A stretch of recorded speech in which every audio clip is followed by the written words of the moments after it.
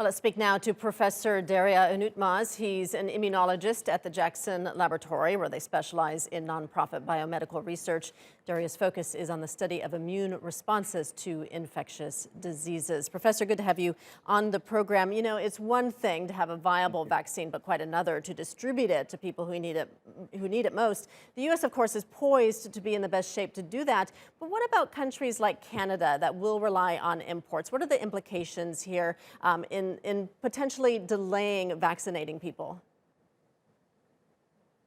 So yeah, I mean, as you pointed out, U.S. is best positioned to do that. In fact, the BioNTech vaccine has been distributed already in a number of places, and we think that after December 10th, which when FDA approves the vaccine, within 24 hours it will start to be utilized, and I think the healthcare workers will be the primary people to be vaccinated. Canada is interesting because they've actually ordered enormous amount of vaccines, as you pointed out, 400 million doses. That's 5 times more than their total population. I think they've ordered vaccines from different companies, some of which phase 3 trials are ongoing. So we don't yet know how well they're going to be protective or not, or how well they will be protective. But I think they're hedging their bets in different vaccines. So I don't think they will have any lack of supply of vaccines in the next few months. And given their population is much smaller than U.S., I think they should be able to vaccinate most of their population within the first 6 months of next year. What about countries in Central and South America, and ones that are struggling economically, and not just that, but face political instability, corruption, inequality, and in a fragile health system? Is there risk that the most vulnerable people will not be able to even get a vaccine? Yeah, of course, there's such a risk, but I think in particular, Brazil has been very good in running a number of phase 3 trials. For example, AstraZeneca, together with Oxford in England, did most of their trial in Brazil. Chinese vaccine producers are doing their phase 2 trials in Brazil as well. I think Russians might have as well. AstraZeneca actually they announced that their vaccine is probably around 70% protective, which is not as good as BioNTech and Moderna vaccine, but it's still a pretty decent protection level. And they're planning to produce about 3 billion doses in 2021. And their price is going to be quite cheap, I think about $3-4 per dose. They're planning to sell this at cost until middle of next year. So I think, countries like Brazil and Argentina, and hopefully Peru, which has been hit very, very hard in this pandemic, will be able to afford. And then there's also another mechanism through through World Health Organization and United Vaccine Alliance, which is called COVAX, where they are actually trying to order vaccines through contributions of various countries and philanthropies like Bill Gates to provide vaccines to countries who cannot afford them.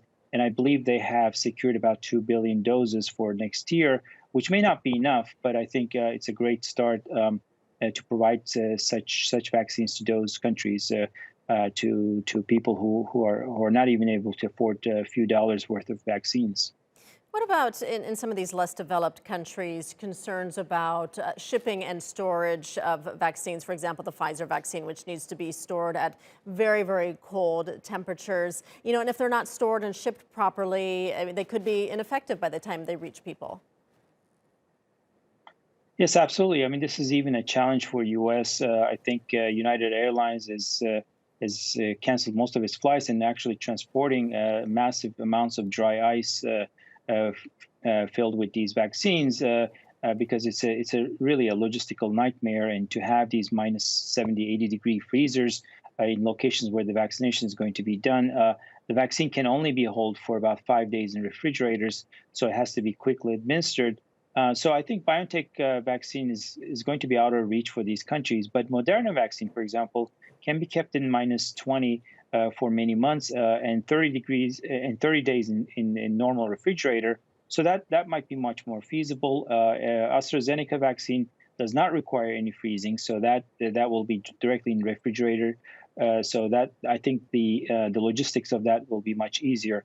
I believe that in early next year, there's going to be a number of other companies coming out with, for example, Johnson Johnson has a vaccine, which is also a single dose, which makes it a lot easier to administer in areas where the access might be remote, and they don't require freezing temperatures. So the critical issue is the next few months where the vaccines are going to be very limited, and we don't yet know the results of other ongoing trials. But I think starting from March, April next year, there will be availability of affordable and accessible vaccines. At least we hope so. Distribution and storage are one thing, but what about vaccine hesitancy? Because there's a certain number of people who have to get vaccinated to achieve herd immunity so the pandemic ends. But in the United States, what are the concerns about people who say that they won't get vaccinated, even though they might likely have easy access to a vaccine? Yes, ironically, this is much of a concern in more developed and rich countries like US and parts of Europe. I think more undeveloped and poorer countries, people really want to get vaccinated because they understand this is a terrible condition. But in US, I think maybe 40% of the population are very skeptical in getting vaccinated. It's unclear whether you can force people to get vaccinated or not, probably unlikely in the US and maybe Canada. But it might be that in future that in order to travel throughout the world, you have to be vaccinated. And I suspect that many countries in Far East won't accept anyone who's not vaccinated. It will be interesting to see. I mean, this is not an issue in the first 6 months because the vaccines are already not in good supply. But after a while, you really need to vaccinate at least 70-80% of the population to control this virus.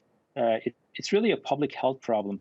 This is not just for you, but for others. So people who refuse to get vaccinated put others also in danger. So it remains to be seen what policies the governments are going to issue, or whether there's going to be a voluntary vaccination or actually forced vaccination. All right, we'll leave it there. Professor Derya Unutmaz, thank you so much for your time.